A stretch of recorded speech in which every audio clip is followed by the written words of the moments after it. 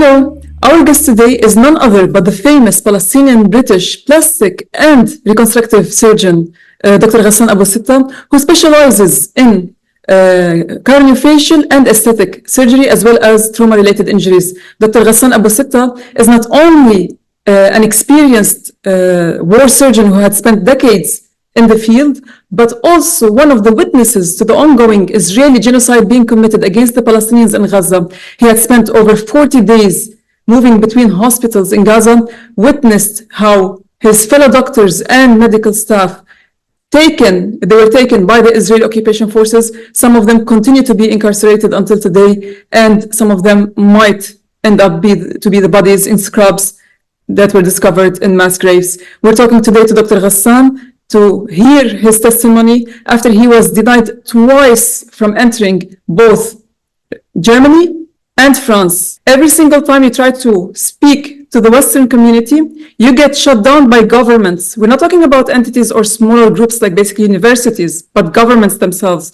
Why do you think that is? And one of the things that I discovered when I left Gaza is that there's a genocidal iceberg, and that Israel is only the tip of that genocidal iceberg.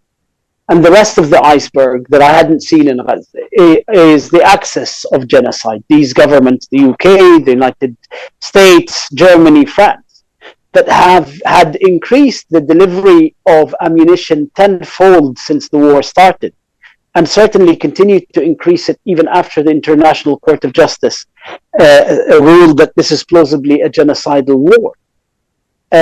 These governments are as complicit in the project as the Israeli government. And so what happens is you come out and you are an eyewitness. And as I was told by the investigators in the war crimes unit in the Metropolitan Police here, and again in the International Criminal Court, is by virtue of the fact that I have over 25 years as a war surgeon, that I am an academic who's done research on war injuries, it makes it even more pertinent because you actually know what you're seeing in front of your eye. And so there was a concerted campaign, both, as you said, by the pro-Israel lobby, newspapers, the right-wing newspapers, the Murdoch newspapers, to vilify me, to basically try to paint me as, to try to discredit whatever I had seen. So this was before, but they were already caught onto the fact that what I was saying to these investigators was extremely damaging to the Israelis, and that would come back to bite them once these two groups eventually decided to issue arrest warrant. And so when I went to Germany, I had been told when I was stopped from going inside into Germany, I had been told by the German government, both in writing and verbally, that this is a ban just for the month of April. They don't want me to attend that particular conference, and it's only a ban in Germany. It seems that at that time, or very soon after, the German government then placed an administrative ban on my entry to all Schengen countries. And there are two types of bans within the Schengen area. One is a legal ban, and one is an administrative ban. The administrative ban, the Germans chose it because, one, they do not have to inform me, and it is not subject to judicial review, i.e. they can easily, it doesn't have to be issued by a judge. But they hadn't informed myself nor the lawyer in Germany about this. And so yesterday when I went to France, and it was a meeting that had been organized in the French Senate by a senator, I was surprised when I got to the passport office that the officer said, "There's a ban on you on the SIS system from the Germans, preventing you from entering any Schengen country for a whole year, from April 24 to April 25. And we're going to have to send you back. And then when the police came and escorted me down to the police station, which is inside the airport, then things became more sinister. It was effectively an arrest process. I had my phones taken off me, my laptop taken off me, all of my belongings, my wallet, my credit card, and I was kept in a holding cell. Do they have to take away your electronics without an actual arrest warrant? Well, it seems that they did. It seems that they were able to do that. And I was told that I would be sent back to the UK on the 2:00 flight. Around 1:00, I was then told that they had cancelled my 2:00 flight, and I would only be able to be allowed to be travel back to the UK on the last flight out of Charles de Gaulle. I argued.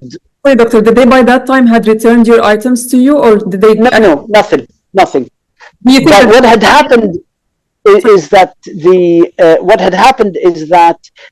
a lawyer who had been in the meeting in the Senate had come to the airport, and she had the right to enter, and then became the negotiation about allowing me to take an earlier flight.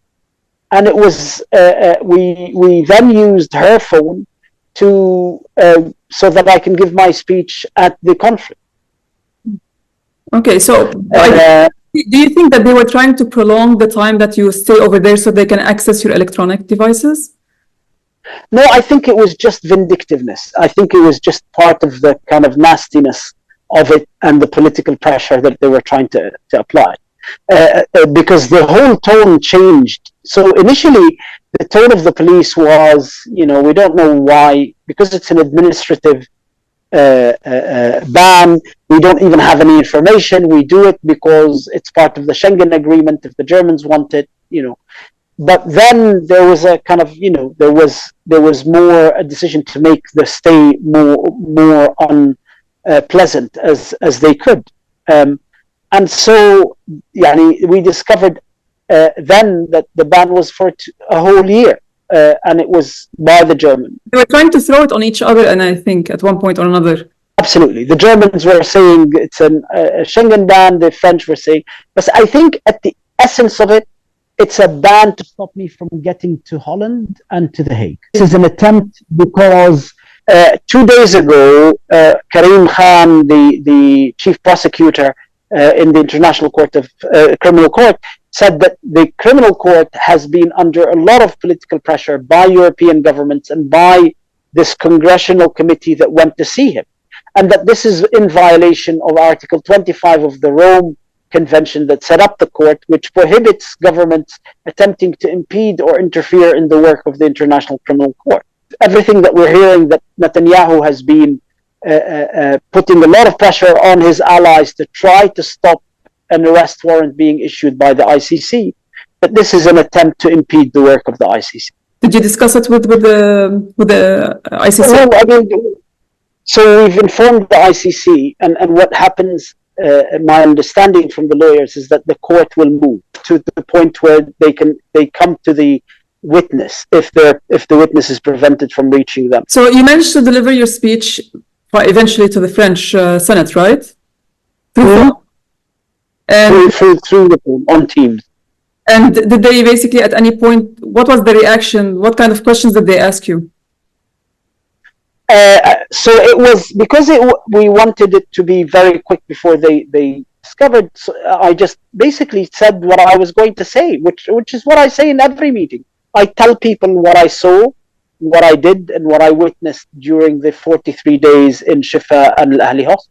And which is exactly what they don't want me to say. And I've caught on very much to the fact that actually the reason I am singled out is not as a result of political view. It's as a result that I constitute an eyewitness.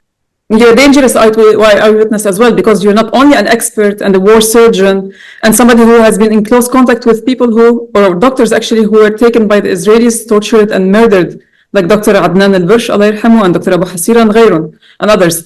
So I wanted to take you back to Gaza when you were there. Not the first time, the second time, the most recent one. I want you to recount the main events that you saw unfolding before your eyes before you actually left. So the first, I would say, phase of my stay, which was in Shifa Hospital, was as we were witnessing whole neighborhoods being destroyed, and the consequences in terms of the huge number of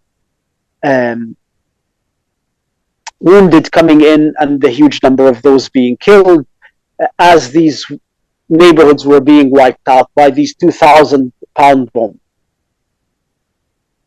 And gradually seeing the effect of the blockade in denying us the medication that was starting to run out, the supplies that were starting to run out. Then the second phase, which I believe started on the 17th of October with the targeting of Al-Ahli Baptist Hospital, is the critical component of the Israeli military strategy, which is the destruction and dismantlement of the health system. And so the targeting of the health system. So it started with the attack and the massacre in Al-Ahli, which I had witnessed. And then the whole narrative about Shifa being a headquarters of having underground bunkers that are military headquarters of Hamas, and that whole narrative. Then the destruction of 3 children's hospitals in the north, and then the attack, and then what had started with the bombing of Shifa and its surrounding. And then when the Shifa was completely surrounded and isolated, and I was stuck in Al-Ahli Hospital, back in Al-Ahli Hospital, then Al-Ahli became the only hospital that patients had access to as a result of the siege of Shifa. And then that phase ended when even Al-Ahli ran out of medication and supplies, and we had to stop work in Al-Ahli Hospital. Now, the irony of all ironies is on the plane to Paris, someone had sent me the list that Amnesty had done of all of the health professionals that Israel had arrested. And it was only yesterday on the flight that I discovered that those nurses and technicians that worked with me at Al-Ahli Hospital that did not leave when we left to the south, the group of 5 of us who then left to the south, had all been arrested by the Israelis. So their names, I thought that they had just stayed, but I then saw, and it was that, I mean, I landed with that kind of, my mind was going back to those names and those individuals that I had spent that time at Al-Ahli with them. Were you able to contact any of them when you landed back in London? No. They were all arrested. So they're still in prison. They haven't been released until now. Could it be possible, and God forbids, basically, that they are now part of the bodies that were in the massacre? Nobody knows. Now, let me also take you back to the cases that you were working on while you were at the hospitals in Gaza before you left. You stayed there for over a month, almost a month and a half. Did you see any systematic targeting of children and women, mass targeting of civilians, or was it basically tactical surgical hits? Because this is very critical. There are rumors, propaganda that are going around that the Israelis are very accurate in terms of who they target and when they target and where. But the idea is that we've seen the number of civilian casualties rising in the tens of thousands. We are now basically beyond 40,000 deaths, if we include also the ones who are missing until now on the rubble. So it was obvious from the very start that what the Israelis were doing was wiping out whole neighborhoods. So you'd be looking out and you see a whole neighborhood out, looking out the window, you see a whole neighborhood go up in flames, and then it turns into a cloud of dust, and then it disappears.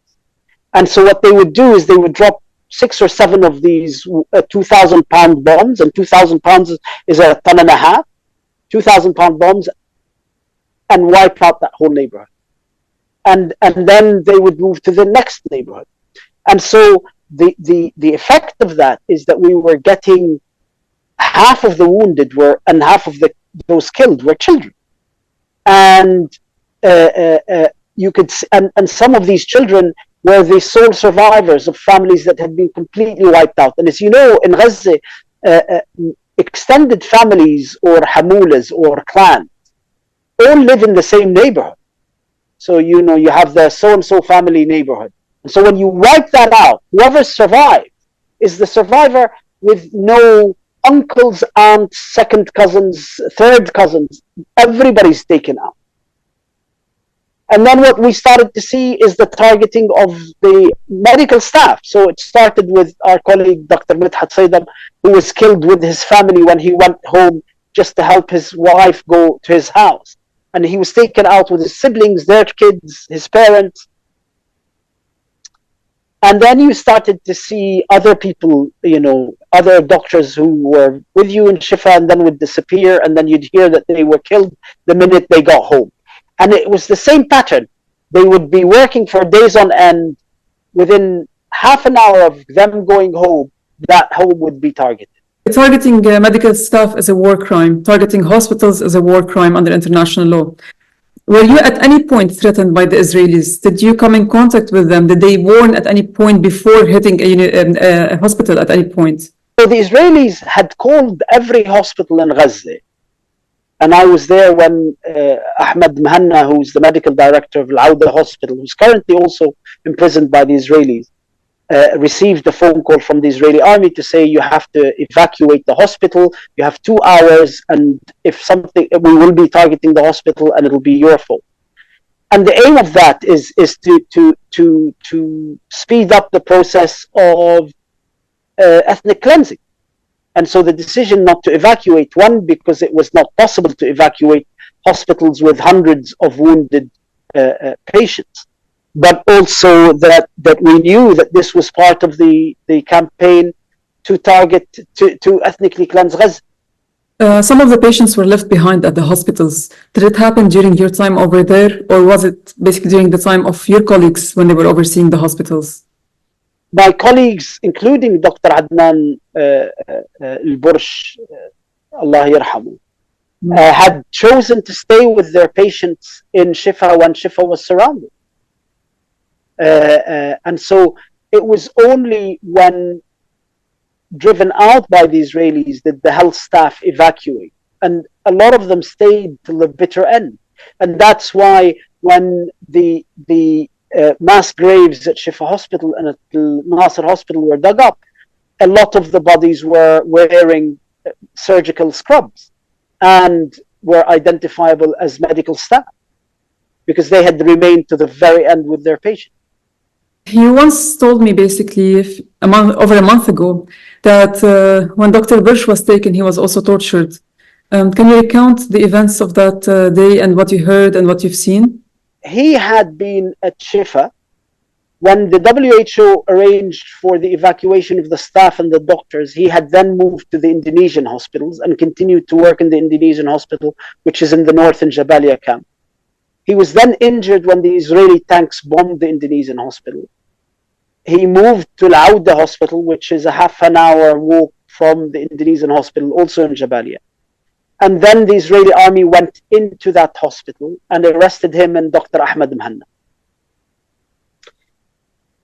Stories from people who had been in Israeli prisons, who had shared a cell with him, report that he had been beaten around the head and that there was evidence of trauma to the head when they had seen him.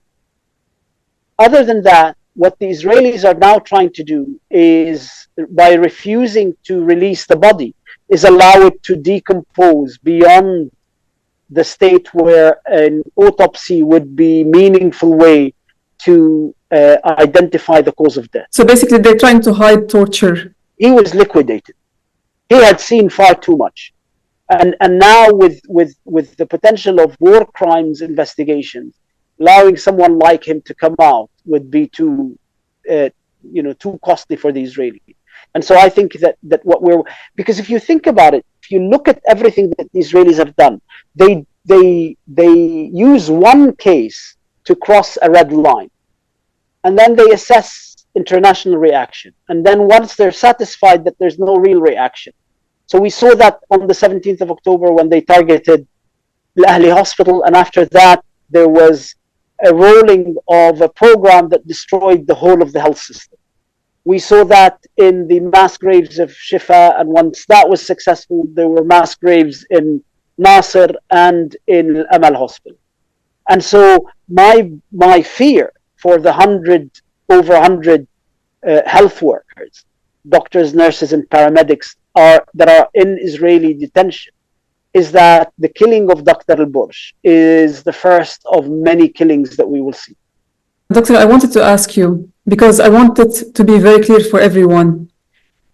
Are 2 hours of warning enough to evacuate hospitals like Al-Shifa, Al-Ahli, and others from patients, so that basically you can say that we can save them at any point? Because I do have a feeling that the Israelis are trying to claim that we gave them ample warning so they can relinquish the responsibility of committing a war crime against the medical staff and the patients over there. We know that there were patients who were field executed over there. We would know that there are doctors and nurses, medical staff who were killed at the hospitals. And the Israelis will try to claim that we gave them ample time to leave, but they didn't leave.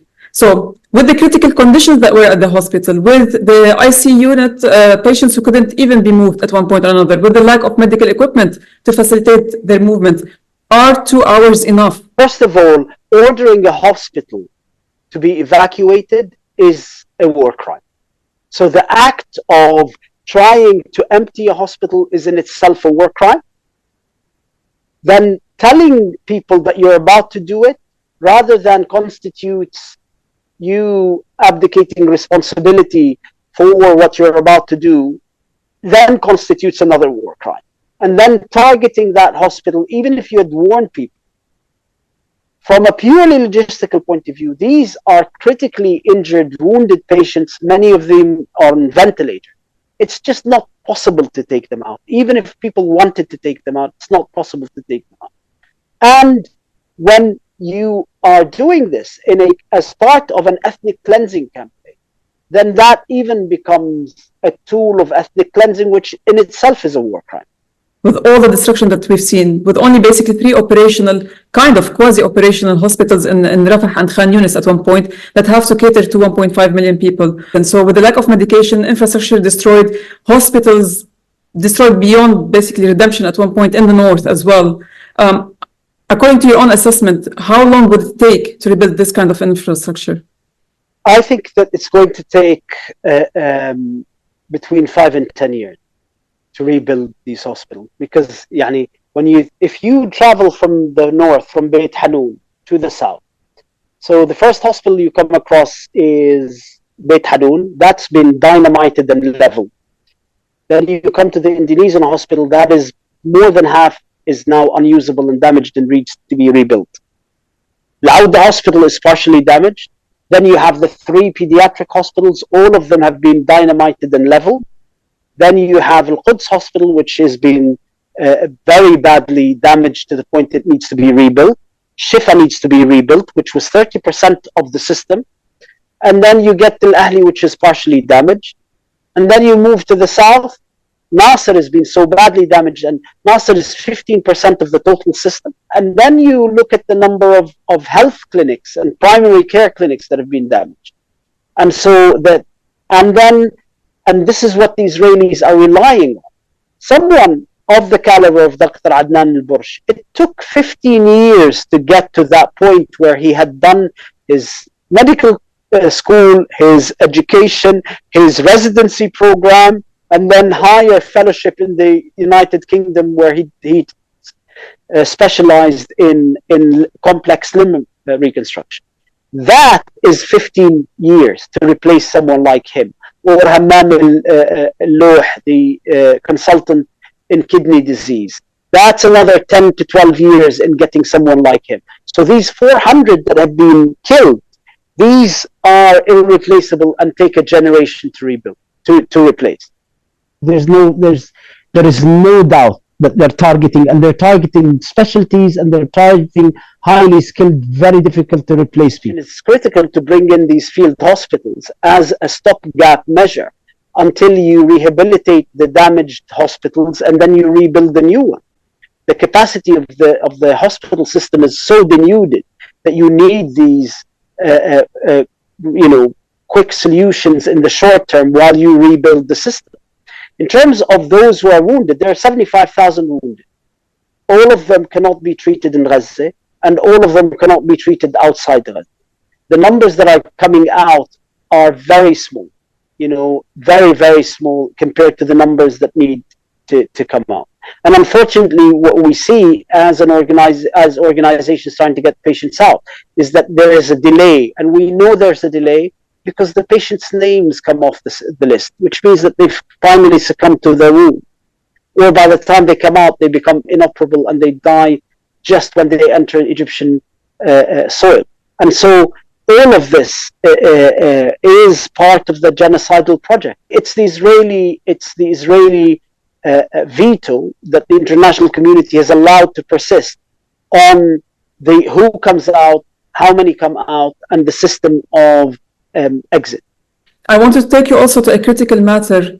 The shortage and lack of medication at one point or another was not only because of war, but because the Israelis banned the entry of critical medication into Gaza. You were there. Did you hear at any point of the things that the Israelis banned while you were working at the hospitals in Gaza? So when I was there was a complete ban on everything. The Israelis had said on the 8th of October that they will not allow anything in. So by the second week, we'd run out of morphine, we'd run out of specialist dressings for burns. We eventually ran out of ketamine, which we use as an anesthetic. Now, speaking to the humanitarian agencies taking things in, everything, insulin pens for children has dual use and is banned. Oxygen concentrators has dual use and is banned. The poles of tents is dual use and is banned. So what it does is those who could have been saved die. Those limbs that could have been salvaged end up needing amputation because you cannot treat them and the infection sets in. And so what is a fixable or salvageable or reconstructible limb becomes an amputation in order to save the patient. And so everything moves towards those who are wounded then succumbing to these wounds and dying.